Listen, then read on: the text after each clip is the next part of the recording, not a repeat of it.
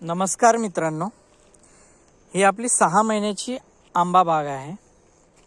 जानेवारीमध्ये आपण हिची लागवड केलेली होती।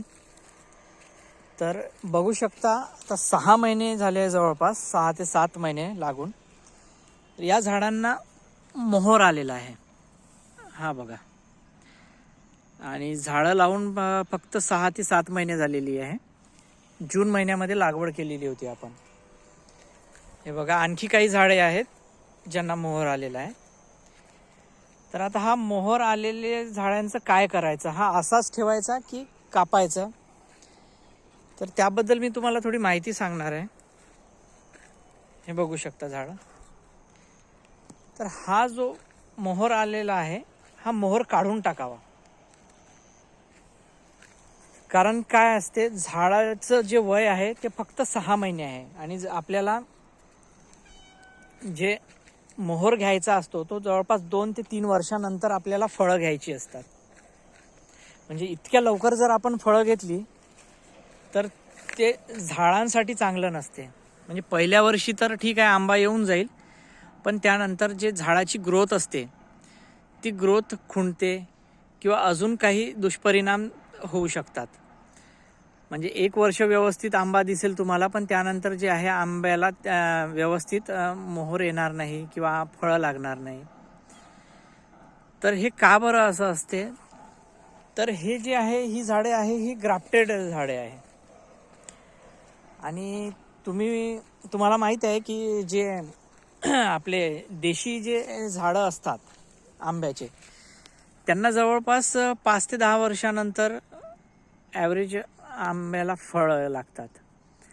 आणि असे कोणते पण तुम्ही जर झाडं बघितले फळांचे, तर त्यांना पहिल्याच वर्षी किंवा दुसऱ्या वर्षी असे खूप कमी झाडं अशी आहेत, फळं झाडं ज्यांना फळं येतात। तर तो निसर्गाचा नियमच आहे, जोपर्यंत जे झाड आहे परिपक्व होत नाही, मॅच्युअर्ड होत नाही, तोपर्यंत त्याला फळं येत नाही। आणि हे झाड अवघ्या 6 महिन्याचं आहे, लावून याला 6 महिने झाली, आणि आताच हे फळं येतील पण याला, कारण हे ग्राफ्टेड आहे। पण हे ते परिपक्व नाही आहे, म्हणजे याची वाढ पण तेवढी झालेली नाही आहे, याची मुळं पण आत खोलवर गेलेली नाही आहे। आणि या एवढ्या छोट्या झाडाला जर आपण फळं घेतली तर ती त्याच्या पण फायद्याची नाही आणि आपल्या पण नाही। म्हणून जवळपास 2 ते 3 वर्षानंतर आपण याला फळे घेऊ।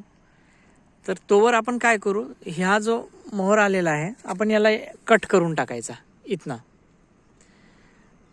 आणि याला आपला कटरनी कट करायचा, आणि याच्यावर जी आहे फंगीसाईडची फवारणी घेऊन घ्यायची।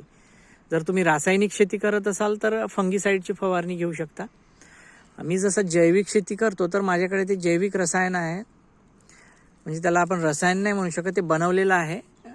गौमित्र, शेणखत आणि आपला कडुलिंबाचा जो रस असतो त्यापासून एक आपण संजीवनी खत म्हणतो त्याला, ते औषध बनवलेलं आहे। मी त्याची फवारणी करून घेईल। तर याला कट करायचा, याला ठेवायचं नाही, म्हणजे आपल्या जे झाडाची जे ग्रोथ आहे ती चांगली होईल। आता काय असते की आपण जर हा मोहर असाच ठेवला तर याची सगळी जी शक्ती आहे ती या मोहरकडे जाईल। म्हणजे जे पण न्यूट्रिशन्स आहे झाडाला लागणार आहे, हे सगळं हे इकडे खर्च होईल, आणि ते आपल्याला होऊ द्यायचं नाही। म्हणून इथे आपण कट करून घ्यायचा, म्हणजे याला परत नवीन पालवी वगैरे येईल, आणि झाड आपलं परिपक्व होईल, चांगलं डेव्हलप होऊ द्यायचं झाड, आणि त्यानंतर फळं घ्यायची। तर तुम्हाला हा व्हिडिओ कसा वाटला ते मला नक्की कळवा, आणि जर आवडला असेल तर लाईक करा, आणि अशाच नवीन नवीन गोष्टी माहिती करून घेण्यासाठी माझं चॅनल सबस्क्राईब करा।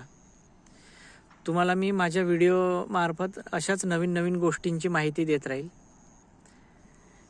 हे बघू शकता, हे आंबे आहे, आंब्याची बाग आहे, 6 महिने झालेले आहे, आणि आपण आंतरपीक म्हणून इथे गहू घेतला आहे। धन्यवाद।